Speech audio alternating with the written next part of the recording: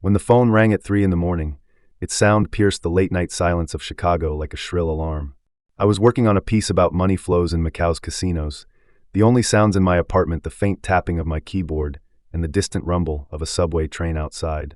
On the other end was Detective Frank Miller, an old friend, his voice carrying that familiar mix of exhaustion and rasp, worn smooth by witnessing too many human tragedies. "Arthur, you need to come down here," he said. "North Side, Lakeview Avenue." Another one jumped from a building. "I think you knew him. Julian Croft."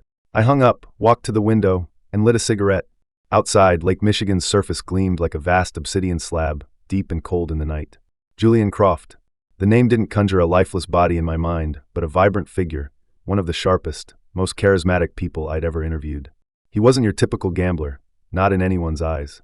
He was a legend in Chicago's financial world, a high-frequency trader, a numbers genius. He wore bespoke Seville Row suits, his Audemars Piguet Royal Oak watch glinting with understated confidence. The last time we met was at Alinea, where every dish was a work of art. He'd been brimming with energy, explaining how he'd used a complex algorithm to exploit millisecond market fluctuations, raking in millions for his firm.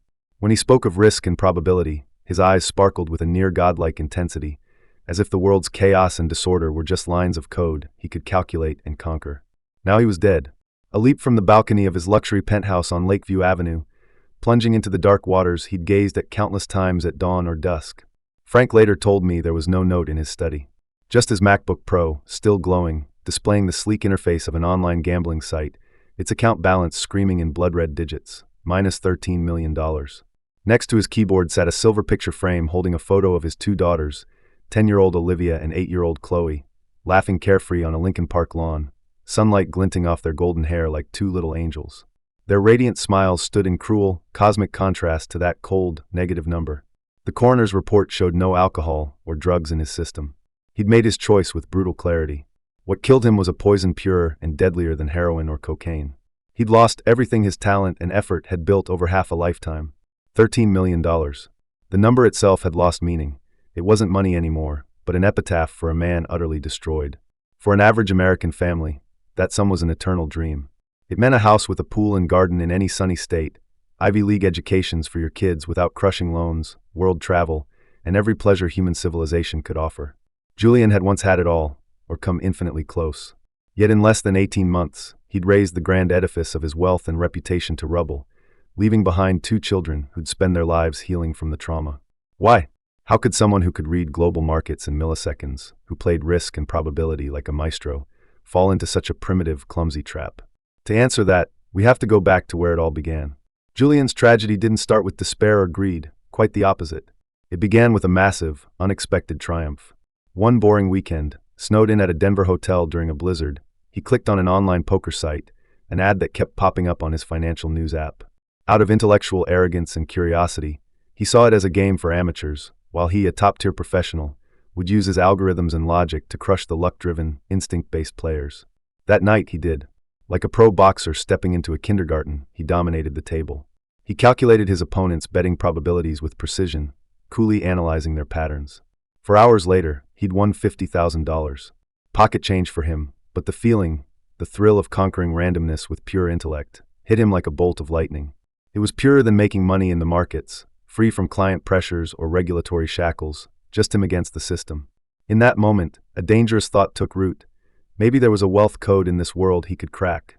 That victory was a mental nuclear bomb, blasting a hole in his carefully constructed rational world. His brain was hijacked by a chemical called dopamine. When you win big, fast, through your own talent, your brain floods with a tsunami of dopamine, an ecstatic sense of control that obliterates your old value system. From then on, his demanding, high-stakes job felt dull. Colleagues' praise, his boss's bonuses, none of it matched the intensity of that rush. He thought he'd found a secret only a genius like him could master, that he was chosen, the smartest, the most special. He grew arrogant, believing he could tame the wild horse of luck. And those online casinos, lurking in the internet's depths, built from code and servers, were modern-day sirens singing their seductive song to proud sailors like Julian. Why did they let him win so easily at first? Because they weren't gambling with him, they were hunting him. From the moment you register an account or link your first credit card, an invisible, massive data sweep begins. Through legal, illegal, and gray area channels, they uncover everything. Your assets, credit score, properties, loan potential, even your spouse's family background, or how much your parents could cover for you. This data feeds a complex model that tailors a trap just for you. Those early wins? They're not generosity. They're a calculated investment, bait dangled above a trap, designed to be recouped tenfold, hundredfold, along with your flesh and bones. Julian began living a double life. By day, he was still the perfect Julian Croft, Chicago's financial star, a loving husband, a dad who built treehouses with his daughters. He showed up on time at the trading floor, rattling off global economic data with ease. But half his soul was imprisoned in that virtual world. At family dinners, while his wife, Amelia, cheerfully shared stories of the girls' school adventures, his mind drifted to a critical poker hand. At their ballet recitals, as parents clapped for their kids' clumsy, adorable moves, he was discreetly refreshing a sports betting site's odds on his phone. He grew distracted, a faint, imperceptible anxiety flickering in his eyes. At night, when the house fell silent, the other Julian awoke. He'd enter his expensive study with its floor-to-ceiling windows, but his gaze no longer lingered on the starry cityscape. His focus was consumed by the glowing screen, its sleek gambling interfaces, Baccarat cards flipping elegantly, roulette balls clicking toward their fate, slot machines spinning with dazzling animations and enticing sounds. This virtual paradise delivered maximum sensory thrills at minimal cost. Starting with poker, Julian moved to faster, higher-stakes games, chasing the heart-pounding rush of that first win. He started losing, small amounts at first, a few thousand, then tens of thousands. As a trader, he brushed it off as a market correction. Investments fluctuate, the key was long-term strategy. He justified his addiction with financial jargon, convincing himself he wasn't gambling but making high-risk probability investments. He stayed up late, sleep-deprived, relying on coffee to stay alert in meetings. His temper flared, snapping over spilled milk at home. Amelia noticed the change but chalked it up to work stress. She urged him to take a vacation, maybe Hawaii with the family. He agreed half-heartedly, already scheming to use the trip for uninterrupted time to win back his losses. Lies, like vines, began to choke his life. He shuffled money between accounts to hide his deficits, told Amelia his bonus was delayed due to a bad market, even fabricated a story about a friend needing emergency funds to siphon cash from their joint account. Each lie stabbed him with self-loathing, quickly drowned by the desperate need to win it all back. The real avalanche came after a catastrophic failure. One Thursday night, a major economic data release roiled global markets. Julian misjudged a trade, costing his firm significantly. Irritable and humiliated, he locked himself in his study, seeking control and dignity in the virtual casino. He bet wildly, each wager larger than the last, abandoning his trademark calm. That night, he lost nearly $500,000. Seeing that staggering negative balance, panic hit him like never before. Cold sweat soaked his shirt, the room seemed to shrink, walls closing in. From that moment, the joy of winning vanished, replaced by an obsession to win back. It was no longer a game but a war, to recover losses, to hide failure, to preserve his perfect family and respectable life. A gambler's logic is the most warped, irrational kind. He believed the next bet would erase every deficit. That belief drove him deeper into the abyss. He tapped untouchable funds, his daughter's college savings, his parents' pension, even their home's mortgage. Amelia uncovered the truth when she saw a bank foreclosure notice, its numbers nearly fainting her. That night, their worst fight erupted. Her tearful accusations cut like knives, but Julian couldn't confess. He lied, blaming a fictional investment flop, swearing he'd fix it, begging for one more chance. Amelia, staring at the stranger who was once her adored husband, chose to believe him, unable to accept he'd become an irredeemable gambler. But trust, once uprooted, never regrows. Doubt and unease clouded their once sunny, laughter-filled home. Julian was isolated, trapped in a prison of lies and secrets, bearing immense pressure alone. He couldn't seek help. Admitting failure was unforgivable in his world. He sold off assets, prized art, limited edition watches, turning them into gambling chips. Their beloved home was secretly remortgaged. $13 million was lost bit by bit in desperate, futile bets to break even. To understand Julian's opponent, let me share an interview with Leo, a pseudonym for a programmer who worked 3 years at an offshore online gambling company. Risking everything, he exposed the industry's dark secrets. Leo revealed their core wasn't game development, but data analysis and user psychology. Every user was a data model, tracked from registration, game preferences, betting habits, login times, average wager size, reactions to losses. This data built a player profile, assessing risk tolerance, impulsivity, and addiction potential. Our real product isn't games, it's users' weaknesses, Leo said. Our algorithms dynamically adjust odds. For new or high value users like Julian, the system grants a high win rate early on, the honeymoon period, to build false confidence. Once betting amounts and time spent hit a threshold, Especially if they chase losses, the algorithm subtly lowers their odds. The tweak is so subtle, players don't notice. The system doesn't let you lose constantly. That'd bore you. It doles out small wins, feeding hope, making you feel one bet away from recovery. This near-miss effect, designed by psychologists, exploits loss aversion to keep you hooked. We could even target individuals for customized hunts, Leo said, his voice chilling. High net worth users like Julian get flagged. Marketing steps in, maybe a VIP manager, offers bonuses to make them feel special, encouraging bigger bets.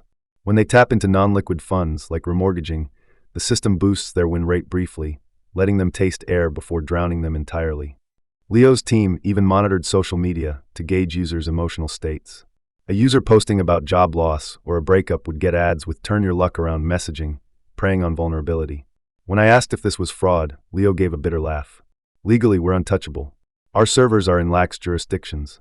User agreements, unread by anyone, are dozens of pages of disclaimers. We're just an entertainment platform, and users voluntarily take all risks. But it's a slaughter. We have all the data, all the algorithms. We know you better than you know yourself. You're just a fragile, manipulable human brain. Leo's words chilled me.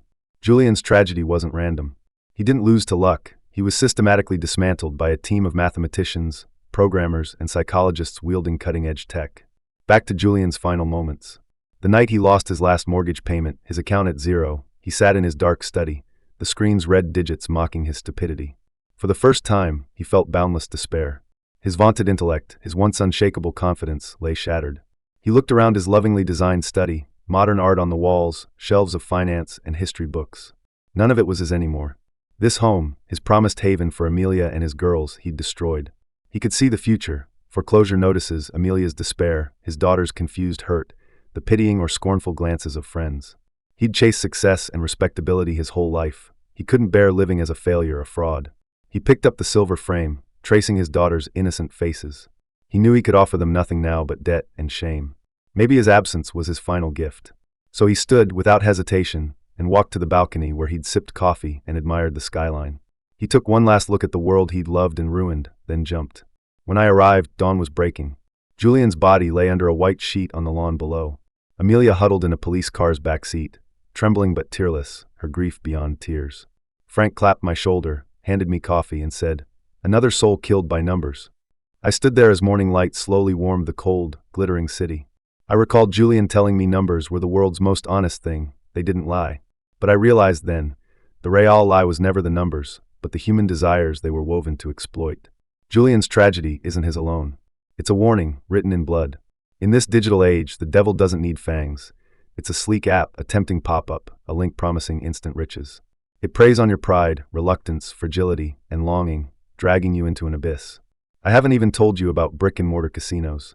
A Vegas dealer with 20 years' experience once described their special card-shuffling machines, outwardly normal but fitted with chips and sensors reading micromagnetic codes on custom cards. During shuffles, the machine calculates chip distributions at the table, dealing cards to favor the house. You think you're playing luck, you're battling a rigged computer. That's why casinos insist on their own decks. Only those coded cards work with their cheating systems. So, do you still believe gambling is just luck? That you can beat a tech and psychology-armed empire with good fortune? Online or off, the story is the same. Tales of ruin, broken homes, shattered lives. No one ever truly beats the casino. They're not playing your game. They wield precision, tech, and human weakness. You're betting your life, and the lives of those you love. Remember Julian Croft. Remember his daughters, now fatherless, their futures shadowed. The next time life feels dull, the next time you crave easy gains, the next time a seductive link beckons, remember this story.